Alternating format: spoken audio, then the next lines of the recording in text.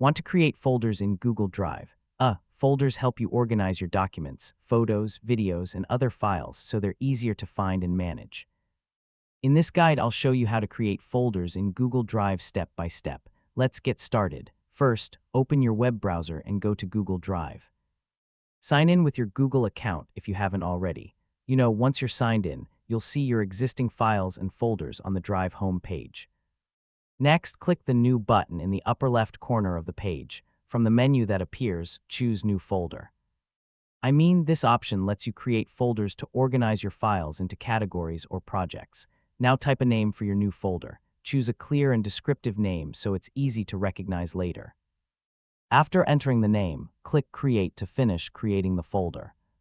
Once the folder has been created, you can organize your files by dragging them into the folder or by right-clicking a file, selecting Move, and choosing the new folder.